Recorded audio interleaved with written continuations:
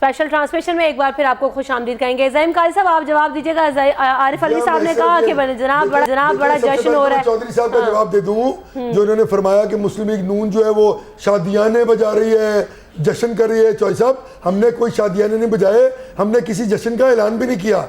जश्न वहां होना था, पर आज रात को भी होना था, कल भी होना है। ऐलान इमरान खान साहब ने किया जश्न का, हमने तो कोई शादियां नहीं बजाए। हम तो सिर्फ ये कह रहे हैं कि आइन और कानून की जीत हुई है। हम मशकूर हैं इनके कि इन्होंने अपना जो जुल्म करना था, बर्बरियत करनी थी, फस्तायत फैलानी थी इस्लामाबाद में, उससे इन्होंने तौबा कर लिया और हम इनके मशकूर हैं कि उस फैसले को मानते हो। देखिए मेरी बात खत्म होने बीबी। देखिए इन्होंने कहा KPK का वजीर आला, KPK का वजीर आला तो इस्लामाबाद आ रहा था, बीबी वो उस शहर पर लॉकडाउन करने के लिए आ रहा था। कानून और आइन में ये बात वाज़ेह तौर पर मौजूद है कि अगर रियासत को ये इल्म हो कि कुछ लोग कहीं पर बैठकर किसी जुर्म को सजद करने के लिए प्लानिंग कर रहे हैं, तो रियासत पर लाजिम है कि उनको न सिर्फ रोके बल्कि गिरफ्तार करे और पॉइंट आ गया ना, जरा बढ़ने तो दें आगे। अलवी साहब से लेते हैं कि भाई आप कहते हैं कि आपने जुल्म बर्बरियत का सिलसिला जारी रखना था, आपने लॉकडाउन करने था, तो रियासत की जिम्मेदारी थी, इसीलिए आप लोगों को रोक दिया गया।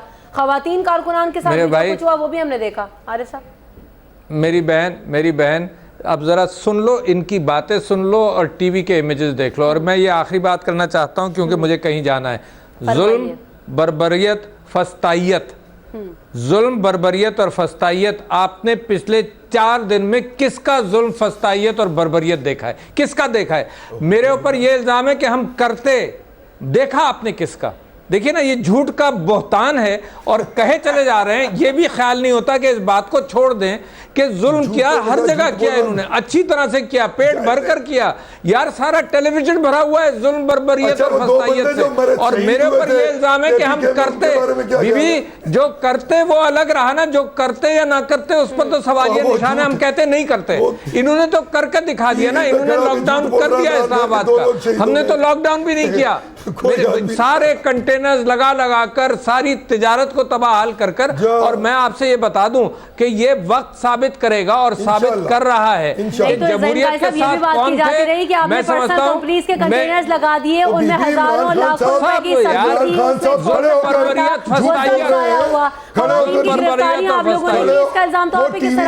बीबी खड़े होकर झूठ बोल रहे हैं कि 2 आदमी शहीद हो गए हमारे। वो कोई बंदा फौत नहीं हुआ, किसी को कुछ नहीं हुआ, कोई अस्पताल तक नहीं गया। वो इनामुल्लाह साहब हार्ट अटैक से फौत हुए, उनके घर वालों ने इनको कह दिया कि भाई हमारे बंदे के बारे में सियासत ना को, तो बेचारा हार्ट अटैक से फौत हुआ है, दूसरे का नाम भी नहीं पता, क्योंकि दूसरा है ही कोई नहीं। तो झूठ बोलते वक्त खुदा का वास्ता कौम को इतना तो झूठ ना बोले। सफेद खड़े होके यार बात सुन ले। और मिस्टर कादरी, अगर 2 आदमी शहीद हुए, अगर 2 आदमी शहीद हुए तो मैं शबाज शरीफ पे पर्चा कटा दूंगा। पागलपन है कि नहीं? मिस्टर कादरी, अभी इमरान खान की ट्वीट आई हुई है कि कोई बंदा शहीद नहीं हुआ, वो गलत है। तो आप झूठ लाना बोले, अपने मुंह पे वो खुद कौन सा? उन्होंने खुद कहा कि कोई बंदा नहीं चाहिए। किसने कहा? हजूर बातें करते गलत बयानी तो ना करें ना यार। कौन गलत बयानी करे? उन्होंने लिख के बयान दिया है अभी क्या कोई हमारा आदमी नहीं चाहिए। मांगी कि उन्होंने गलत कहा। चलो और मिस्टर कादरी, परवेज खटक का 300 दफा बयान आया है, इस शो में भी आया है। उसने कहा मैं लॉकडाउन में शामिल नहीं होगा, मैं वजीर अपने। मगर मेरे भाई फिर क्या? अब यार आप मोटिव ऐड ना करें।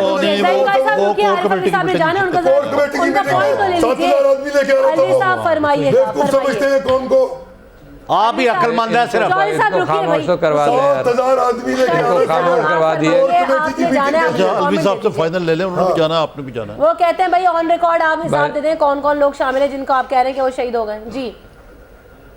जी, मैं आपसे ये कह रहा हूँ कि मैं समझता हूँ केपी गवर्नमेंट की बात आ गई। इमरान खान ने भी ये कहा था कि मुझे मालूम नहीं, तहकीक होगी तो पता चलेगा। अगर ऐसा हुआ है, अपनी तकरीर में कहा मेरे भाई, उसके बावजूद तुम कहते चले जाओ ये कहा यार। अलवी साहब, आपने पहले 14 आदमी कत्ल कराए मॉडल टाउन में और उसका इल्जाम इनकी गवर्नमेंट पर लगाया। आपको शर्म आनी चाहिए। मैं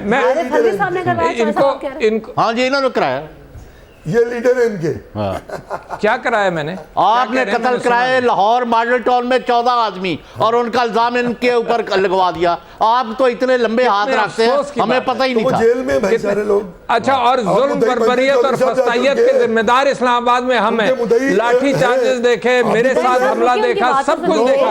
ये झूठ का पुलंदा है बीबी। मुझे इजाजत दीजिए, मैं इस झूठ के पुलंदे के जवाब अब नहीं दे सकता। मैं माफी चाहता हूँ क्योंकि ये झूठ बोले चले जाए। मैं माफी चाहता हूँ। मुझे कहीं जाना है, मैं बैठा रहता, मुझे कहीं जाना है, मुझे इजाजत दीजिए और फिर तब जवाब झूठ बोलकर जाइए। किस चीज का जवाब बीबी दे दिया। हाँ। बीबी मैं फाइनल कमेंट ये कर रहा हूँ कि आपने देखा, मैं बार बार इस बात को कह रहा हूँ कि पुरअमन रहे, इन्होंने खूब मारा और ये चाहते थे कि वायलेंट रिएक्शन हो। ये लाशें गिराने के लिए तैयार थे। हमारी इंफॉर्मेशन ये है कि ये लाशें गिराने के लिए तैयार थे।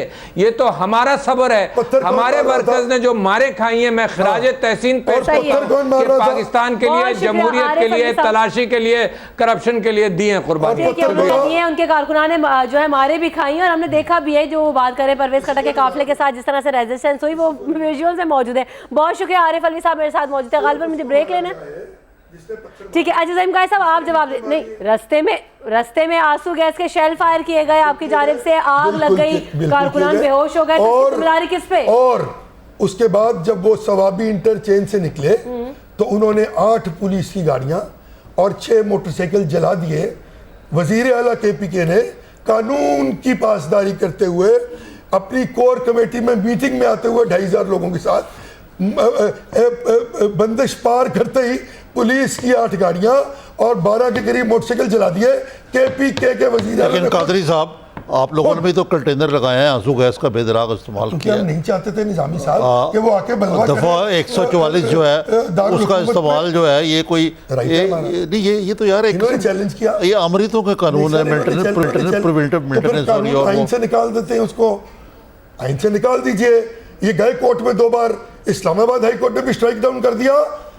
लाहौर हाई कोर्ट के 5 रुकनी बेंच ने इनकी तकरीरें सुनने के बाद इनको बलवा करने, इस्लामाबाद बंद करने और 144 खत्म करने से इनकार कर दिया। ये है फैसले, 2, 1 नहीं 2 फैसले हैं। और वही हुआ जो हम प्रीएम्प्ट कर रहे थे। जैसे परवेज खट्टक निकले सवाबी से आगे, उन्होंने 6 गाड़ियां और 12 के करीब मोटरसाइकिल जला दिए। ऐसा करते हैं, एक स्टेप फॉरवर्ड होते हैं, ठीक है। एक स्टेप आज की बात, दहशतगर्दी नहीं है क्या? उन पर दहशतगर्दी का पर्चा नहीं होना चाहिए 780A का? मेरी बात सुनिए कादरी साहब, मेरी बात सुनिए। आज चौधरी निसार ने एक प्रेस कॉन्फ्रेंस की जिसमें सबको इंतजार था कि वो सिक्योरिटी लीक्स पर उस कमेटी के नामों का ऐलान करेंगे, लेकिन निसार साहब ने कहा जनाब मैं छुट्टी पे जा रहा हूँ। बड़ी तवील प्रेस कॉन्फ्रेंस थी, लेकिन उसमें जो लब्बे लबाब था वो सिर्फ ये था कि वो छुट्टी पे जा रहे हैं और कमेटी से मुताल्लिक जो नाम है उन पे तमाम लोगों का इत्तेफाक राय होगा और वो नोटिफिकेशन आ जाएगा। तो जनाब 2 दिन से हम एक्सपेक्ट कर रहे थे कि शायद आज कमेटी के नामों का ऐलान हो जाएगा, नहीं कर पाए। असल बात कर रहे हैं, मेरे ख्याल में सही बात करें, गलत बात करेंगे तो वो प्रेस कॉन्फ्रेंस मौजूद है हमारे पास। उसमें उन्होंने कहा कि 2 दिन हमने लाइव दिखाई 2 दिन ही कहा उन्होंने कि मैं बाहर जा रहा हूँ। ये तो आखिर में उन्होंने कहा कि मेरे 2 ऑपरेशंस हैं, मैंने छुट्टी पे जाना है। लेकिन उससे पहले मैं ये 2 दिन के अंदर अंदर बहुत नामवर अच्छे लोग उसमें शामिल करूंगा जो अनबाइस्ड हो और जिनकी रेपुटेशन इस लेवल की हो कि उनके आने के बाद इस कमेटी पर मजीद जो है वो लोगों को एतबार और जो है कॉन्फिडेंस हो कि जो भी ये कमेटी पर, और ये क्लैरिटी है इसमें कि मियां मोहम्मद नवाज शरीफ का ये कंसर्न नहीं, रिजॉल्व है कि हम इस कमेटी को, इस मसले को मंतकी अंजाम तक पहुंचाएंगे और जो भी इसमें जिम्मेदार पाया गया उसको सख्त तरीन सजा दी जाएगी। अच्छा, हमें जॉइन किया है जनरल अमजद शुएब साहब ने भी, उनको भी शामिल है, गुफ्तगू करते हैं। निज़ामी साहब भी हमारे साथ मौजूद हैं, अमजद साहब, और चौधरी गुलाम हुसैन साहब भी हमारे साथ। अमजद साहब, आप क्या समझते हैं, आज चौधरी निसार ने कमेटी के नामों का ऐलान करा था लेकिन उन्होंने ऐलान नहीं किया है, एक बार फिर हुकूमत डिले तो नहीं कर रही मामलात को? आपको पता नहीं चला नेशनल सिक्योरिटी लीग्स पर उनका हमारी आवाज़ से नहीं पहुंची। निज़ामी साहब, आप अगर इस बात को कैसे देख रहे हैं कि आज ऐलान होना था और होना चाहिए था, 2 दिन हो गए इस बात को, अभी तक नहीं किया उन्होंने, और निसार साहब का जाना इस वक्त आप कैसे देख रहे हैं, क्यों जा रहे हैं? Reading too much into it. वो एक आला तरीन फोरम में जब ये फैसला हो गया कि JIT बनेगी और 2 आदमी MI से, 2 ISI से और 2 IB से। तो चौधरी निसार अली ख़ान के आने या ना जाने से वो चीज़ रुक नहीं सकती। वो मामला जो है मेरे नज़दीक जहाँ तक डॉन गेट का तल्लक है, इस पे पहले भी बात हम कर चुके हैं, या न्यूज़ गेट कह लें या जो भी कह लें उसको। मेरे तो ख्याल से ये मामला, ये जो इस्लामाबाद के शट डाउन से भी ज़्यादा सीरियस हो सकता है मियां नवाज शरीफ की हुकूमत के लिए। तो मेरा ख्याल, मेरी अपनी राय में, इसमें वो मज़ीद ले तो लाल से काम जो है लेना उनके लिए ख़ुद ज़हर कातिल साबित होगा, और ऐसा होने नहीं जा रहा। अगर होगा तो ये इज्तिमाई खुदकुशी होगी PMLN के लिए। तो चौधरी साहब आप क्या समझते हैं? इसका जवाब मैं लूँगी चौधरी साहब से भी, और अमजद शोएब साहब भी मेरे साथ मौजूद होंगे, लेकिन यहाँ पर ब्रेक लेते हैं। ब्रेक के बाद वापस आएंगे, गुफ्तगू के सिलसिले को आगे बढ़ाएंगे। Stay tuned with us. Special transmission में आपको खुश आमदीद कहेंगे। अमजद शोएब साहब तो हमारे साथ है ही, हमें कानूनी माहिर सलमान अकरम राजा साहब ने भी ज्वाइन किया, उनको भी अपने प्रोग्राम में खुश आमदीद कहते हैं। लेकिन सबसे पहले अमजद साहब, आपसे जाने से पहले सवाल किया था कि चौधरी निसार ने नेशनल सिक्योरिटी लीग्स के ऊपर आज बात करनी थी, जिसमें कमेटी के नामों का ऐलान किया जाना था। परसों से सब वेट कर रहे थे, लेकिन आज प्रेस कॉन्फ्रेंस की, उन नामों का ऐलान नहीं हुआ। तो मामला जो है वो डिले किया जा रहा है मजीद, या फौरन एक्शन होता हमें दिखाई देगा? बिस्मिल्लाहिर्रहमानिर्रहीम। देखिए, जहाँ तक मुझे मालूम है, आर्मी बेसब्री से इंतज़ार कर रही है कि गवर्नमेंट इस पे फ़ौरन एक्शन करे। डिले जो है वो इस मामले में उसको शक व शुबे की निगाह से देखा जाएगा अगर ज़्यादा डिले होती है। आज भी तवक्को है कि आज रात किसी वक्त इसका ऐलान हो जाएगा और सुबह तक ये कमेटी जो है वो अपना काम शुरू कर सकेगी, क्योंकि नाम जहाँ तक ताल्लुक़ है वो दिए जा चुके हैं हुकूमत को, और सिर्फ हुकूमत ने कमेटी का ऐलान करना है, एक नोटिफिकेशन इशू करनी है, जो कि लगता है कि उसमें डिले की हो रही है। हो सकता है ये डिले जो है वो इमरान खान के धरने या इस तरह की जो सूरत हाल थी उसकी वजह से हो, लेकिन अब कोई जवाब उसका रहता नहीं, और उम्मीद की जाती है कि आज रात किसी वक्त भी उसका ऐलान हो जाएगा, या कल सुबह उसके बारे में बता दिया जाएगा और कल से काम शुरू होगा। अब इसमें जहाँ तक आपने बात की, लीक्स का जिक्र किया, लीक्स नहीं है, ये एक क्रेडिबल कॉन्फ्रेंस जो कि हुई एक डेट को, उसमें जो मामला डिस्कस हुए उसको कुछ थोड़ा सा मुख्तलिफ रंग दे के तो स्टोरी प्लांट की गई, जिसमें कुछ हकीकत और कुछ उसमें बनावट शामिल है जो कि बनाई गई। चुनाचे उसको प्लांटेड स्टोरी और उसके लिंकेजेस देखने के लिए और उसका मकसद ढूंढने के लिए कि आखिर ये स्टोरी देने की ज़रूरत क्या पेश आई, मकासद क्या थे, क्या इसमें मकसद ये था कि जो इंडिया का और अमेरिका का नैरेटिव है जिसकी वजह से पाकिस्तान के ऊपर बेपनाह प्रेशर आता है, क्या उसी को स्ट्रेंथन किया जा रहा था? अगर किया जा रहा था तो किसकी ईमा पे? तो ये काफ़ी सीरियस मसला है जिसकी तहकीकात करने के लिए मैं समझता हूँ बड़े जल्दी से होनी चाहिए, और इसमें आर्मी की तरफ से कोई डिले नहीं है। और इसके लिए फिर आगे ये भी चूँकि इसका नेटवर्क होता है और जिन लोगों के ऊपर शकूक व शुबात हैं उनकी स्टेटमेंट्स वगैरह रिकॉर्ड करनी है, उन पर क्वेश्चन वगैरह किए जाएंगे ताकि प्रॉपरली एक पूरा नक्शा सामने आए और फिर प्राइम मिनिस्टर को उसके बारे में बताया जा सके। चुनाचे इसमें वक्त लगेगा। और दूसरी तरफ मेरी जहाँ तक इन्फॉर्मेशन है, जनरल राहील इसको अपनी रिटायरमेंट से पहले वाइंड अप करना चाहते हैं, इसलिए भी इसमें काफ़ी सारी उजलत का इजहार किया जा रहा है और सोचा जा रहा है कि इसको जल्दी से जल्दी इस पे काम और अमल शुरू हो। अच्छा सलमान अकरम साहब, जैसे हम देख रहे हैं कमेटी की जानिब सब देख रहे हैं, आप क्या समझते हैं इस पे कैसे काम होगा, फैसले किस तरह से आएंगे और कितना टाइम फ्रेम आप देखते हैं इसको कि इस मसले को रिजॉल्व हो जाएगा? क्योंकि हम ये भी देख रहे हैं, जैसे अमजद साहब ने भी बात की कि सब लोग फॉरवर्ड करें कि जल्द से जल्द ये मामला निपटे। देखिए, आप जिक्र कर रही हैं आज सुप्रीम कोर्ट जो कमीशन जी नेशनल सिक्योरिटी मामले में बात कर रहे हैं, ये अभी नेशनल सिक्योरिटी के जो वो जी देखिए वो तो अब मामला जो है एक तरह से अंदरूनी तहकीक का है हुकूमत के अंदर। अगर किसी ने ये लीक किया है जैसा कि कहा जा रहा है, तो फिर ये तो वहाँ उसका तयन होना है कि कौन था जिसने ये स्टोरी प्लांट की, किसको रसाई थी इस मीटिंग की रुदात तक।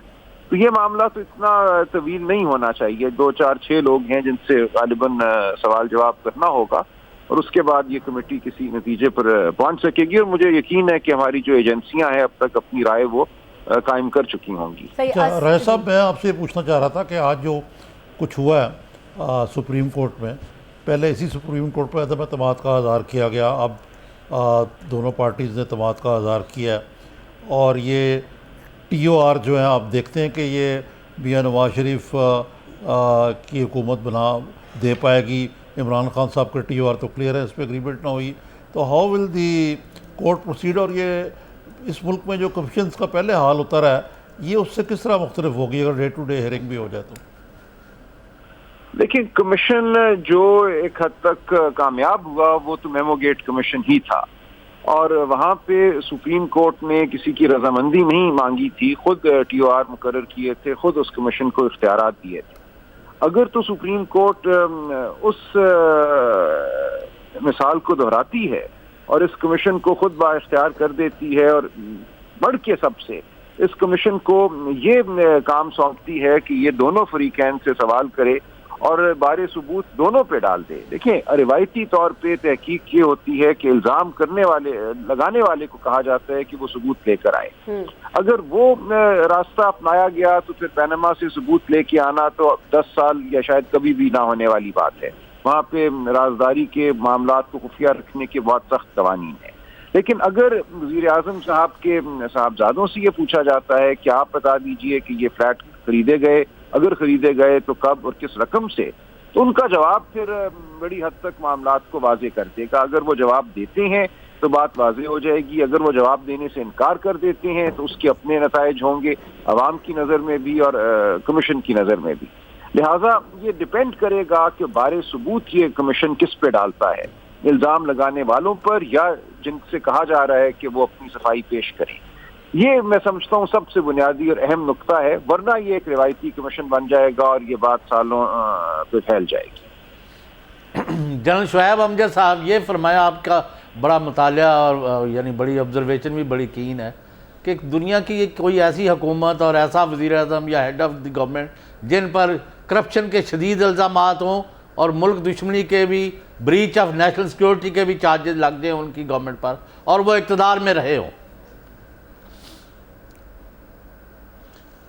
देखिए, बात यह है कि जहाँ तक तो करप्शन का ताल्लुक है वो बहुत बड़ा एक इखलाकी मामला भी है, जहाँ पे मैंने देखा है कि दुनिया में जहाँ भी कहीं ये प्रॉब्लम निकली है, अक्सर तरक्की याफ्ता ममालिक में, ख़ास तौर पे मगरबी ममालिक में, लोगों ने अपने ऊपर ये इखलाकी बोझ समझा है कि अगर वो इन हालात में कंटिन्यू करें बग़ैर अपने आप को बेगुनाह साबित किए तो वो मुनासिब नहीं होगा, उनकी पब्लिक एक्सेप्ट नहीं करेगी।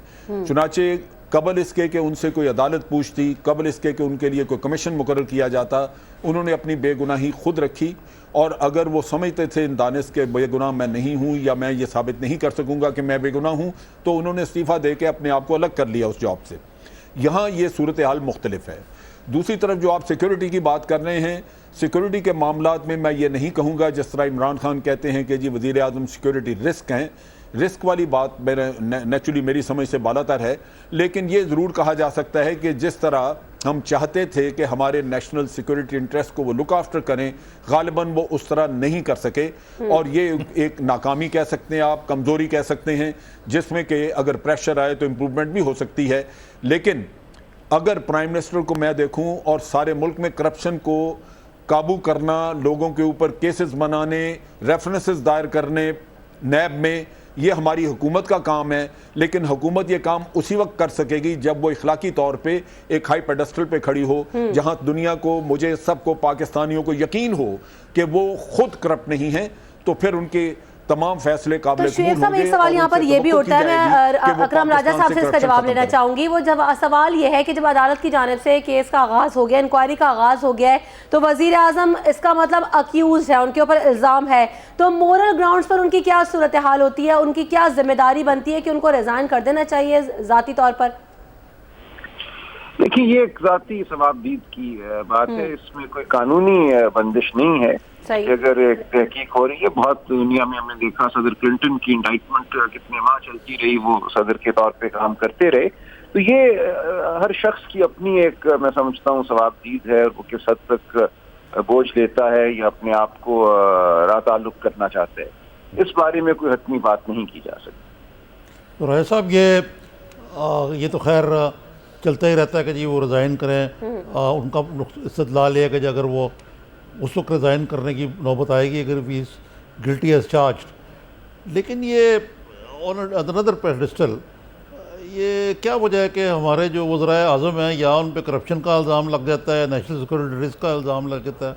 इत्तफाक से मियां नवाज शरीफ पर दोनों ही इल्ज़ाम उनके मुखालफिन लगा रहे हैं, तो इसमें कितना सच है और कितना एक किस्म का विच हंट है ये? देखिए निज़ामी साहब, ये जो आपने एक बड़ी हसास नुक्ते पे उंगली रखी है, बेनज़ीर भुट्टो को जब हटाया गया 1990 में, और फिर उसके बाद जो असगर खान वाला मामला हुआ, जो असगर खान केस बना, जो पैसे तकसीम किए गए, उस वक्त भी ये कहा गया कि बेनज़ीर भुट्टो एक नेशनल सिक्योरिटी थ्रेट हैं, लिहाजा उनको हुकूमत से अलहदा करना और फिर ये सामान पैदा करना कि हुकूमत में वापस ना आ सकें एन कौमी फरीज़ा है। तो ये एक रविश हमारे यहाँ चलती रहती है सिविलियन हुकूमतों के हवाले से कि उनको सिक्योरिटी रिस्क या सिक्योरिटी थ्रेट समझा जाए। तो ये बात तो एक तवातुर से चल रही है। जहाँ तक करप्शन के इल्जामात का ताल्लुक है, ये पैनामा लीक्स एक तरह से एक नागहानी आफत है जो इस हुकूमत पर आन गिरी है। इस किस्म के लीक रोज रोज नहीं होते, इस किस्म के इंकशाफात रोज रोज नहीं होते। एक धीमे लहजे में करप्शन का एक इल्जाम लगता रहता है, वो एक बिजनेस एज यूजुअल बन जाता है। लेकिन ये पैनामा लीक्स, तो आपका मतलब है उनको वन टाइम वेवर दे के माफी दे देनी चाहिए? नहीं, मैं ऐसा कुछ नहीं कह रहा कि माफी दे देनी चाहिए। मैं ये बिल्कुल, अगर एक इल्जाम लगा है तो अपने आप को बेगुनाह साबित करना बिल्कुल वजीर आजम साहब का फर्ज है, उनके खानवादे का फर्ज है। मैं बिल्कुल नहीं कह रहा कि ये कोई मामूली बात है और इसको हमें नजरअंदाज कर देना चाहिए। लेकिन ये एक गैर मामूली, मैं कह रहा हूँ, एक आफत की शक्ल में बात सामने आई है, जिसकी वजह से सियासत में जो हलचल पैदा हुई है वो होना ही थी। लेकिन सिक्योरिटी थ्रेट वाली बात दूसरी है, वो एक और पैराए की बात है। ये बात करप्शन की जो है, ये हमारे यहाँ चलती है और चलती रहती अगर इस किस्म के इंकशाफात ना होते। राजा साहब, ये दूसरा एक और मसला है जो इलेक्शन कमीशन कल गलबन हेयरिंग कर रहा है, कोई इमरान खान साहब के केस की रेफरेंस है। ये भी कोई कह रहे हैं कि जी उधर कुछ ड्रामाई को चीज़ उससे अभी तक तो इलेक्शन कमीशन ने कोई ऐसी चीज़ की नहीं कभी कि किसी को डिस्क्वालीफाई किया हो इस तरह। जी कम ही होता है, ये नहीं कह सकते कि कभी भी नहीं किया तो है। जो बड़ी बात इलेक्शन कमीशन के दायरे इख्तियार में आती है, वहाँ बहुत तक़सीम पिटिशनें दायर की गई हैं, वो तमाम उनके दायरे इख्तियार में नहीं आते वो तमाम मामला। लेकिन जो बात उनके दायरे इख्तियार में आती है वो गोशवारों के हवाले से है। अगर गोशवारों में गलत बयानी से काम लिया जाए, असासों को छुपाया जाए, तो वो यकीनन इलेक्शन कमीशन के दायरे इख्तियार में है और उसकी बुनियाद पे वो मामला अदालत में भेज सकते हैं कि क्या किसी ने फ्रॉड किया है वोटर्स के साथ, इलेक्टोरेट के साथ गलत गोशवारा दाखिल करके। तो उस हद तक मैं समझता हूँ मामला संगीन नौयत इख्तियार कर सकता है। सलमान अकरम राजा साहब हमारे साथ मौजूद है, आपने हमें वक्त का बहुत शुक्रिया। यहाँ पर ब्रेक लेते हैं, ब्रेक के बाद हाजिर होंगे, गुफ्तगू के सिलसिले को आगे बढ़ाएंगे। Stay tuned with us. Special transmission में एक बार फिर कहेंगे खुश आमदीद। अमजद साहब हमारे साथ मौजूद हैं। चौधरी साहब, आप उनसे कुछ सवाल पूछना चाह रहे थे, काइंडली कंटिन्यू कीजिए। जनरल शुएब अमजद साहब, आपने सारी उम्र फ़ौज में गुजारी है और अभी तक भी आप वर्दी के बगैर ही जर्नैल हैं, यानी मतलब है आपकी सोच on dot. Having said this, ये क्या प्रॉब्लम है कि मियां मोहम्मद नवाज शरीफ जब से 1990 से वज़ीर आज़म बनते आए हैं, उनकी किसी भी आर्मी चीफ से ताल्लुकात ठीक नहीं रहे? ये कोई मैन्युफैक्चरिंग डिफेक्ट है या आर्मी चीफ जो है वो कोई इनके साथ अपनी तालमेल, कम्युनिकेशन, अंडरस्टैंडिंग या मुल्क के मफाद में काम नहीं करते? क्योंकि ये तो तवक्को आप नहीं कर रहे कि वज़ीर आज़म मुल्क के ख़िलाफ़ काम करे। देखिए, बात यह है कि अगर आप इसको लिंक करें इनके पिछले टेन्योर से, जिसमें कि इनकी ख्वाहिश थी अमीरुल मोमिनीन बनने की, तो उससे लगता यूँ है कि इनके बेसिकली दो प्रॉब्लम है। एक तो ये कि कुल्लियतन ये इख्तियार अपने हाथ में चाहते हैं, दूसरा मशावरत बड़े महदूद पैमाने पे करते हैं चंद लोगों के साथ, चुनाचे ये अपने ही ख्यालात के कैदी हो जाते हैं, जिसकी वजह से पर कथा कलामी साहब, this has nothing to do with the army. नहीं, उसका ज़रूरी नहीं, लेकिन मैं आपको जनरल जहांगीर करामत के साथ जो इनका मसला हुआ, वो इतना अजीब व गरीब है कि इंसान हैरान होता है कि एक ऐसा आर्मी चीफ जो कतन पॉलिटिक्स में कोई दिलचस्पी नहीं रखता था, जिसका सिवाय सोल्जरिंग से और कोई इंटरेस्ट नहीं था, हुकूमत के लिए कोई प्रॉब्लम, कोई ख़तरा, कोई उसने किया ही नहीं। यहाँ तक कि जस्टिस सज्जाद अली शाह ने जब उनको ख़त लिखा कि मुझे हुकूमत के ख़िलाफ़ मदद की जाए क्योंकि उनके ऑर्डर वो अपने इम्प्लीमेंट करवाना चाहते थे, तो बजाय इसके कि वो उनके हुक्म के मुताबिक कुछ अमल करते, उन्होंने मिनिस्ट्री ऑफ डिफेंस को वो लेटर जस्टिस सज्जाद अली शाह का भेजा और मिनिस्ट्री ऑफ डिफेंस से रिक्वेस्ट की कि जी मुझे इसके बारे में गाइडेंस दी जाए। चुनाचे वो वहीं रहा और उसके बाद उनको कोई गाइडेंस नहीं मिली और उन्होंने कुछ नहीं किया। वो हुकूमत के साथ रहे तमाम मामलात में और सपोर्ट करते रहे। सिर्फ एक बात हुई और वो इन्हीं के भले की थी कि आपको नेशनल सिक्योरिटी काउंसिल बनाए, क्योंकि मशावरत का इनका बेपनाह मसला था। 2-3 लोगों से ज़्यादा मशावरत आगे जाती नहीं थी। इन्होंने जब डॉलर फ्रीज़ किए तो उस वक्त जब ये बातचीत इन्होंने डिस्कस कर रहे थे, मैं भी वहाँ बैठा हुआ था नेशनल डिफेंस कॉलेज में, और मैं इस चीज़ का शाहिद हूँ कि मैं बड़ा हैरान हुआ कि एक इतने बड़े मसले को इन्होंने 1.5-2 मिनट में निपटा दिया। वहाँ एक साहब ने कहा कि जी बाहर बहुत बड़ी र्यूमर है कि आप जेवरात को नेशनलाइज कर रहे हैं। तो मियाँ साहब ने कहा कि नहीं, जेवरात तो हम नेशनलाइज नहीं कर रहे, लेकिन डॉलर का तो मसला होगा, उसके बारे में क्या किया है। तो वो वहीं जो वज़ीर ख़जाना थे उन्होंने कहा जी फिर डॉलर फ्रीज़ कर देते हैं। उन्होंने कहा चलिए जी फ्रीज़ कर दें। हालांकि ये चीज़ें ऐसी हैं जिन पे आप पॉलिसी वज़ा करते हैं कि उसका नताइज क्या होंगे। अगर आप डॉलर फ्रीज़ कर रहे हैं तो लोगों को हौसला देने के लिए आप कह सकते हैं कि जी हमने 1 महीने के लिए किया है, 1 महीने के बाद हम कोई पॉलिसी वज़ा करेंगे जिसमें हम बताएंगे कि अगर कोई बीमार बाहर जाना चाहता है तो उसको कैसे मिलेगा। चुनाचे ये चीज़ें थीं जो मसाइल थे। अब वो जनरल जहांगीर करामत इन गुड फेथ इनको कह गए और इन्होंने उनको घर भेज दिया। सो ये बड़े, आप अगर उस वक्त का देखें ना, प्रेसिडेंट की छुट्टी कराई, चीफ जस्टिस की छुट्टी कराई, एक चीफ ऑफ आर्मी स्टाफ को निकाला, दूसरे को, जब आप बिल्कुल बुलडोजर की तरह हर तरफ चल निकलें तो तबाही के अलावा और आपके हिस्से आएगा क्या? जनरल साहब, सो मैं समझता हूं कि ये इस मामले में इसी बारे में करते रहे हैं, इनको थोड़ा सा अंडरस्टैंडिंग डेवलप करनी चाहिए। थोड़ा सा आपसे सवाल को एक्सपेंड करता हूँ और कि मैंने तो जब से होश संभाला है और जर्नलिज्म कर रहा हूँ, आज तक किसी आर्मी चीफ की किसी भी मुंतखब वज़ीर आज़म से नहीं बनी। अब मैं आपको मिसाल देता हूँ। भुट्टो साहब ने एक सबसे खुशामदी जर्नैल जनरल ज़िया हक को अपना आर्मी चीफ बनाया, उसने उसको फारग कर दिया, ठीक है जी। फिर उनके हैंड पिक थे जनरल ज़िया हक के जुनेजो साहब, यानी उनके ख़ुद चुने हुए जर्नैल थे, वज़ीर आज़म जुनेजो, उनके साथ जनरल साहब की ने भी उनको फारग कर दिया। आपने नवाज शरीफ का किस्सा बयान किया, बेनज़ीर की कौन से आर्मी चीफ से बनी थी मुझे बताइए हजूर। और उससे पहले क्या अयूब खान मुंतखब हुकूमत को गिराने और इक़्तिदार पर कब्ज़ा करने की साजिश नहीं कर रहा था? ये वन साइडेड नैरेटिव है जो बनाया हुआ है हमारे दोस्तों ने कि जनाब सियासतदान जो है वो गैर मुल्क वतन है। नहीं, पर भुट्टो ने टिक्का खां को मुकर्रर किया और उसने पूरी टर्म पूरी की और कोई झगड़ा नहीं हुआ। मुझे इंटरप्ट ना करें, मुझे बात मुकम्मल करने दें। मैं ज़रा बात का आखिरी फिक्रा कह लूँ कि आया ये सब सियासतदान जो हैं ये सिक्योरिटी रिस्क, अगर गलतियाँ करते हैं, ठीक कह रहे हैं आप, एक फ़लसफ़ा ये है कि उनको इलेक्टोरेट के ज़रिए बाहर कर दिया जाए, इलेक्शन हो वो बाहर चले जाएँ। दूसरा ये है कि उनको फारिग कर दिया जाए। और पाकिस्तान में यही होता रहा है कि सिवाय जो पिछली हुकूमत ने अपनी टर्म पूरी की है, कोई हुकूमत अपनी टर्म ही पूरी नहीं करती। आर्मी चीफ सदर के साथ मिलकर या किसी और तरीके से कान से पकड़ के हर सियासतदान मुंतखब सियासतदान को निकाल देता है। नहीं, मुझे जवाब दे देना मोहतरम कि टिक्का खां नहीं बनाया था भुट्टो ने और उसने टर्म पूरी की, बल्कि 1 साल ऊपर भी। सब रुकिएगा, हमारे साथ मौजूद है डॉक्टर तारुल कादरी साहब, उनसे जरा बात करते हैं। आज वो खासे मायूस दिखाई दिए।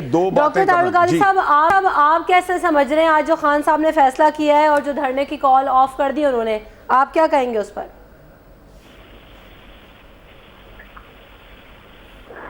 ये उनका अपना फैसला है, मैं तो उनके फैसले पर कोई कमेंट करना अपना हक नहीं समझता।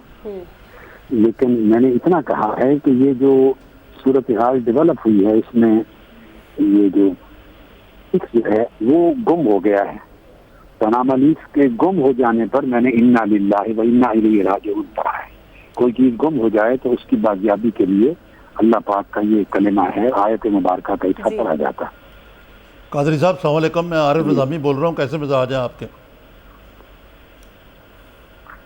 अल्लाह का शुक्र है जी, अल्हम्दुलिल्लाह। सेहत ठीक है आपकी? अच्छा ये बताइए कि जब आप कहते हैं कि पनामा गुम हो गया, तो आपको जिसको पंजाबी में कहते हैं ये इस मामले को खूब खातर डाल दिया गया, आपका मतलब कहने का है?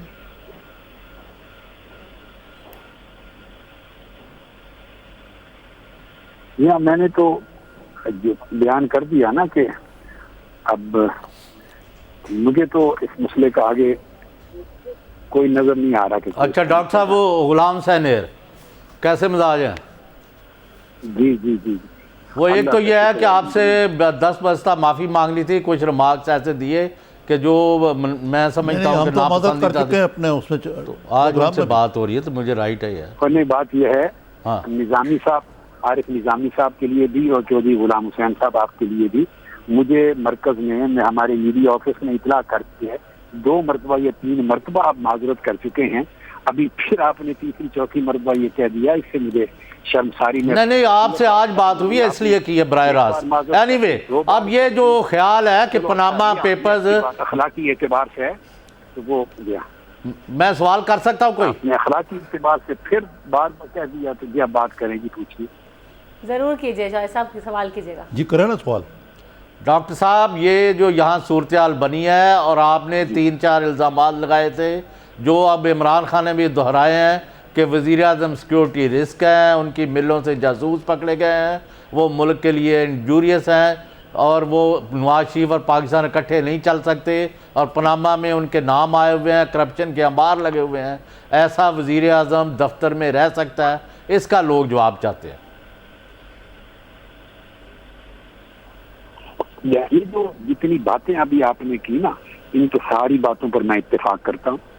ये स्टैंड मैंने तो पिछले इस अगस्त में और 3 सितंबर तक रावलपिंडी के जलसे में बहुत जोर से शब्द-ओ-मत के साथ मैंने कहा है, सिक्योरिटी रिस्क कहा है, करप्शन की इंतहा है, डेमोक्रेसी का खात्मा हो गया है पाकिस्तान में, इदारों की आज़ादी कुल्लियतन ख़त्म हो गई है, शफाफियत नाम की कोई शय नहीं रही और इंसाफ और अदल के रास्ते टोटली बंद कर दिए गए हैं और करप्शन के खिलाफ अब आवाज़ उठाने कभी कोई माहौल यहाँ इस मुल्क में नहीं रहा। पार्लियामेंट बिल्कुल बेअसर, बेतौकीर, बेवकार इदारा बन गया है। पुलिस जो है उनकी जाती मुलाजिम हो गई है। FBR, FIA, तमाम इदारे सारे वो इस तरह हैं जैसे जाती मुलाजिमीन का शोबे बन गए हैं। रियासत के तौर पे एग्जिस्ट नहीं कर रही। मैं तो लेकिन तारुल कादरी साहब, अब तो मामला सुप्रीम कोर्ट में पहुंच गया है ना, तो अब आप क्या एक्सपेक्ट कर ये रहे हैं? कादरी साहब का ख्याल है कि ये अब मामला खत्म हो गया है? जहाँ ये जो तक इशू करिए हैं, जितने इशू हमने डिस्कस किए हैं, ये तो नहीं है ना सुप्रीम कोर्ट में। सुप्रीम कोर्ट में तो वो इमरान खान साहब का मामला 2 नवंबर का और पनामा इशू है वो गया है ना, उस पर तो मैंने आपको कह दिया कि वो इशू जो है वो मेरे नजदीक, मैंने इन्ना लिल्लाहि व इन्ना इलैहि तो राजिऊन। डॉक्टर साहब, आप देख रहे हैं कि फेडरेशन को डेंजर किया जा रहा है और वो वज़ीर आला एक सूबे का जुलूस की शक्ल में आए या पैदल आए और उस पर टीयर गैस हो, उसको डायरेक्ट फायरिंग की जाए और आया इसको फेडरेशन ऑफ पाकिस्तान को नुकसान नहीं पहुंचाया गया? या देखिए, जो KPK के वजीर आला जुलूस लेके आए हैं, क्या नवाज शरीफ साहब और शहबाज शरीफ साहब, जब जरदारी साहब की या पीपल्स पार्टी या बेनजीर भुट्टो की हुकूमत थी तो ये वजीर आला थे, तो यही कुछ काम वो खुद नहीं करते रहे हैं? क्या नवाज शरीफ साहब सो कॉल्ड अदलिया की बहाली के लिए जुलूस का निकालना और वो नहीं करते रहे हैं? क्या वो लगारी साहब की जो जगह थी, जेरी चोटी जेरी, वो फारूक अहमद खान लगारी की, वहाँ इन्होंने जाके हमला आवरी नहीं की थी? नहीं गए थे? कौन से काम है जिन्होंने खुद नहीं किए? और वो ये पंजाब के वजीर आला थे और रिसीव नहीं करते थे प्राइम मिनिस्टर को लाहौर के ऊपर। ये दुनिया को मालूम है, जंग छड़ी हुई थी, सुप्रीम कोर्ट पे हमला कर दिया था जस्टिस सजाद अली शाह साहब के ज़माने में और तोड़ के सुप्रीम कोर्ट के 2 हिस्से कर दिए थे, एक कोयटा बिठा दिया था टुकड़ा और एक इस्लामाबाद। तो इससे फेडरेशन को नहीं हुआ। तो ये जो कुछ इकदाम किया ये इनका तर्ज अमल है, ये बड़ी बदतरीन बादशाहत मुसल्लत है पाकिस्तान पर। तो ये तो इदारों के सोचने की चीज़ है, इदारों के। अच्छा तारुल कादरी साहब, अब जैसे कि कल ऐलान किया है इमरान खान साहब ने कि कल वो यौम तशक्कुर मना रहे हैं, इससे पहले आपने हिमायत का ऐलान किया था और आपने कहा था कि कारकुनान की सपोर्ट होगी उन्हें, तो कल भी यौम तशक्कुर में जाएंगे पाकिस्तान अवामी तहरीक के कारकुनान खान साहब के साथ? नहीं जी, हम तो कल किसी तशक्कुर में यौम में नहीं जा रहे। 2 नवंबर की दावत थी, उन्होंने मुझे रिक्वेस्ट की थी 2 नवंबर अगर एहतजाज होता तो उसमें शिरकत करनी थी पाकिस्तान अवामी तहरीक में। वो एहतजाज खत्म कर दिया, अब यौम तशक्कुर वो मना रहे हैं, तो हम तो उसमें नहीं जा रहे। कादरी साहब आपसे कोई मशवरा किया था उन्होंने कॉल ऑफ करने से पहले? हमारे कादरी साहब आपसे कॉल ऑफ करने से पहले कोई? नहीं, ये मशवरा मुझसे, निजामी साहब मुझसे मशवरा क्यों करते? उन्होंने 2 नवंबर का ऐलान करने का मशवरा मुझसे नहीं किया था, तो कॉल ऑफ करने का क्यों करते? ये उनका अपना पार्टी का डिसीजन है और ये उनका प्रीरोगेटिव है, उनका राइट है, हमें इस पर कोई एतराज नहीं। ठीक है, बहुत शुक्रिया तारुल कादरी साहब हमारे साथ मौजूद है। जी डॉक्टर साहब, ये आखिरी सवाल ये है कि आपका बार बार आपके जो 14 शहदा हैं और 100 बंदों को गोलियों से जख्मी किया गया, और आपका बार बार इसरार है और आपने बिल और बजा तौर पर यह फरमाया कि FIR दर्ज नहीं हो रही थी, आर्मी चीफ जनरल रहील शरीफ ने और उसकी यानी दबाव डाल के FIR कराई, और अब वो 29 नवंबर को रिटायर होने वाले हैं बज़ाहिर। अब आपके जो कातिल हैं उनके गले में रस्सा तो कोई नहीं डाला गया, तो अब आपका क्या लाया अमल है? देखिए जी, हम को जनरल रहील शरीफ साहब को जितना याद दिलाना था दिला चुके हैं, और मैंने आपको पता 3 सितंबर के बाद एक दिन भी मैंने उनको याद दहानी नहीं करवाई। हमें अब कोई उम्मीद उनसे नहीं है, अल्लाह से उम्मीद है। ये हमारी जंग है, इंशाअल्लाह हम लड़ते रहेंगे, मरते दम तक लड़ेंगे, 14 शहीदों का किसास लेंगे, इंसाफ बशक्ले किसास, खून का बदला खून लेंगे, आंख का बदला आंख, जान का बदला जान, जो अल्लाह के और उसके रसूल का कुरान में हुक्म है वो लेंगे, मगर कानून और आइन के तरीके से लेंगे, बदअमनी और कत्ल गारत गरी से नहीं। मरते दम तक इन कातिलों और जालिमों से न समझौता होगा, न सरेंडर होगा, न कंप्रोमाइज। अगर जिंदगी में ले लिया तो हमारी कामयाबी है, अगर नहीं ले सकते जिंदगी में इनके जबर की वजह से, तो अल्लाह के हुजूर सुरखरू होंगे, फिर भी कामयाबी है। हमने सरेंडर नहीं किया जुल्म के सामने, हमने कंप्रोमाइज नहीं किया जबर के सामने, न फिरौन की ताकत के सामने सरेंडर किया है, न कानून की दौलत के सामने सरेंडर किया है। हमारी जंग जारी रहेगी, इंशाअल्लाह ताला जल्द या बदेर इंसाफ मजलूमों को मिलेगा। सही है, जंग जारी रहेगी, इंसाफ मिलेगा। बहुत शुक्रिया तारुल कादरी साहब, आप हमारे थे। अमजद साहब की जाने बढ़ते हैं। अमजद साहब, जैसे तारुल कादरी साहब ने भी बोला कि भाई तहरीक इंसाफ का अपना फैसला है, उनसे कोई मुशावरत नहीं की गई, आप समझते हैं कि इमरान खान साहब सोलो फ्लाइट लेते हैं और फिर इतनी हाइप भी क्रिएट कर देते हैं और गोल के करीब ही पहुंच जाते हैं, लेकिन गोल नहीं कर पाते, ये कहा जा रहा है उनके बारे में? बड़ा देखिए, इमरान खान का बहुत बड़ा मसला ये है कि पहले तो अपने लिए जो ऑब्जेक्टिव, जो गोल फिक्स करते हैं, वो इतना आगे, इतना बड़ा गोल फिक्स कर लेते हैं कि उसके बाद मज़ीद आगे जाने की बजाय पीछे तो रास्ता होता है, आगे जाने का कोई रास्ता नहीं रहता। फिर उनकी उसके लिए प्लानिंग या होमवर्क जैसे हम कहते हैं वो भी पूरा नहीं होता, और सिचुएशंस जैसे डेवलप होती हैं फिर उसके मुताबिक वो चल नहीं सकते, लिहाजा उनको रास्ते में चलते चलते एक एस्केप रूट की ज़रूरत पड़ती है और फिर वो उससे जान छुड़ाते हैं। आज भी यही हुआ है कि वो जैसे मुंतज़र थे क्योंकि इस किस्म की बात सुप्रीम कोर्ट से सुनने में आए तो वो उसको उससे जान छुड़ाएं, जबकि देखने वाले और मैं खुद भी एनालाइज करता हूं कि उन्होंने हासिल कुछ नहीं किया इसमें। अभी तो TOR पे ही झगड़ा पड़ सकता है, क्योंकि TOR जो है वो इमरान खान अकेले नहीं बनाएंगे, वो देखना ये है कि क्या बाकी की जो अपोजिशन की पार्टीज हैं जो इस मामले में, आपका ख्याल है इमरान खान ये काबिल कबूल है, बेयार मददगार और शिकस्त खुर्दा जर्नैल है? मुझे लगता है कि वो गलत जगह पे पांव रख बैठे हैं। ये इससे आपका और मेरा बिल्कुल एग्री नहीं करता आपसे। 100% आपके एनालिसिस से मैं इत्तेफाक करता हूँ, और मैं अक्सर यही कहता रहता हूँ। अब वो कल तक तो ये कह रहे थे कि कप्तान कभी हार नहीं मानता, और आज वो लंबे लेट गए बिल्कुल। और उन्होंने 9 अक्टूबर को खुद मुझे कहा कि जब सुप्रीम कोर्ट एक्सेप्ट कर लेगी और डे टू डे हियरिंग करेगी, it will set the ball rolling. That is not important कि आपको क्या कहा, जो कान में क्या कहा, जो वो कान में नहीं, 6 आदमियों के सामने कहा, और मैं समझता हूं उनकी फतह हो चुकी है। आप पता नहीं किस उन्होंने ऐसी कोई बात रिवील नहीं की मीडिया के सामने कि उनकी नेक्स्ट स्ट्रेटेजी होगी, ये बात चले एक मीटिंग में तो तय हुई, और वो अपनी गोल की तरफ बढ़ रहे हैं, लोग जो मर्जी कहते रहे। और नंबर 2, और ये जो जर्नैलों से इनकी नई ताल्लुकात बने, ये जी वो उसके वज़ीर आज़म ने निकाला, ये गलत है। फरमाइए जी, वो आपसे पहले बात हो रही थी उसकी बात। मोहतरम निज़ामी साहब ने एक सवाल पूछा था, मैं उसकी बात, निज़ामी साहब आप नवाज शरीफ साहब के हवाले से बात की थी। चौधरी साहब का सवाल ये था कि नवाज शरीफ साहब का क्यों हर किसी के साथ झगड़ा हो जाता है। आप देखिए जो पहला टर्न्योर था उसमें उन्होंने गुलाम इसाक खान को कहा कि मैं किसी से डिक्टेशन नहीं लेता और एक कन्फ्रंटेशन की सिचुएशन हो गई। वो प्राइम मिनिस्टर थे और मेरा ख्याल है कि उनको जेब नहीं देता था कि इस तरह का वो मसला खड़ा करते अपने प्रेसिडेंट के साथ। ये इन हाउस उनकी बातचीत हो सकती थी, तो वो खुद जिम्मेदार थे अपने पाँव में कुल्हाड़ी मारने के। दूसरा मौका जब आया उनका, तो उसमें आप देखें कि उनकी चीफ ऑफ आर्मी स्टाफ से बनी या नहीं बनी, जहांगीर करामत के साथ उनका मसला नहीं था।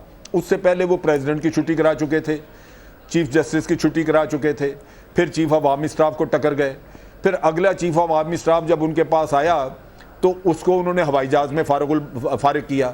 सो ये इस तरह के गलत स्टेप लेने से उनको खुद मसाइल अपने लिए वो पैदा करते रहे हैं।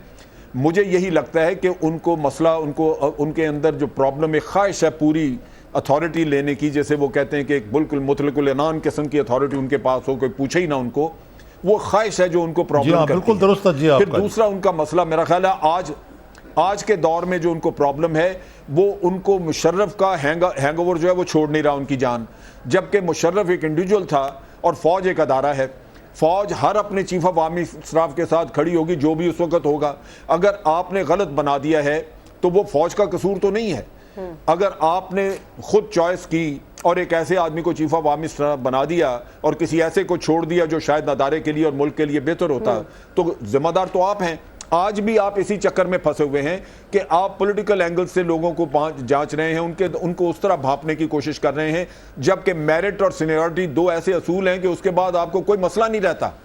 आप सूटेबिलिटी देखें इंडिविजुअल की, उसका एक्सपीरियंस देखें और मेरिट पे बात करें, उसकी सीनियरिटी देखें, तो ये फैसला तो आप आधे घंटे में कर सकते हैं। चलिए वक्त भी थोड़ा रह गया, कंक्लूड करने की कोशिश करते हैं। चौधरी गुलाम हुसैन साहब, आपको लग रहा है कि पनामा का मामला अब हल होता दिखाई देगा या बस ये मामला टल जाएगा जिस तरह पहले नहीं, ये कोई नहीं टलना और ये इनको भुगतना पड़ना है। ये मैं किसी से एग्री नहीं करता।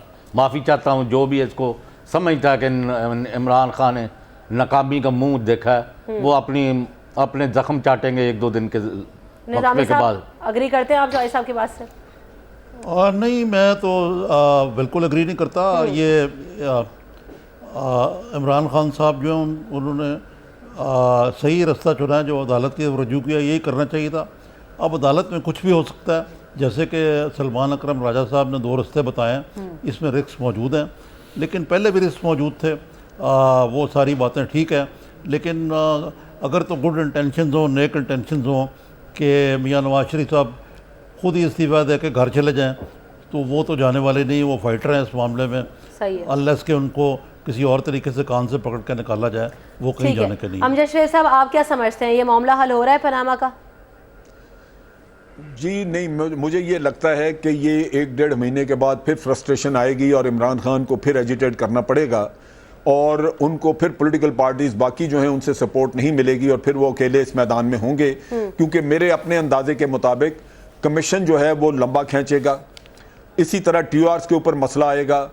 सुप्रीम कोर्ट ने खुद अगर टीआरस बनाई तो वो दोनों पार्टीज को सेटिस्फाई करने की कोशिश करेंगे, जबकि ऑपोजिशन ने ऑलरेडी एक टीआरस बनाई हुई थी जिसमें कि प्राइम मिनिस्टर का नाम शामिल था। गवर्नमेंट प्राइम मिनिस्टर का नाम शामिल नहीं करवाना चाहेगी और सुप्रीम कोर्ट अगर एक दरमियाना रास्ता देगा तो वो शायद बाकी पार्टियों को काबिल कबूल ना हो, चुनाचे इस पे मसाइल पैदा होने के चांसेस मौजूद। सुप्रीम कोर्ट अगर एक दरमियाना रास्ता देता है तो शायद वो दूसरी पार्टीज के लिए उस तरह से एक्सेप्टेबल ना हो। आपका कॉमेंट शेर साहब, हमारा प्रोग्राम का वक्त खत्म हो गया। आपका बहुत शुक्रिया, आपने हमें वक्त दिया। आरिफ निज़ामी साहब मेरे साथ मौजूद थे और चौधरी गुलाम हुसैन साहब भी हमारे साथ मौजूद थे। स्पेशल ट्रांसमिशन का सिलसिला आप मुजाहरा कर रहे थे, वक्त हुआ न्यूज़ बुलेटिन का जो कि आप मुलाहिजा कर सकेंगे। मुझे दीजिए इजाज़त, अल्लाह हाफ़िज़।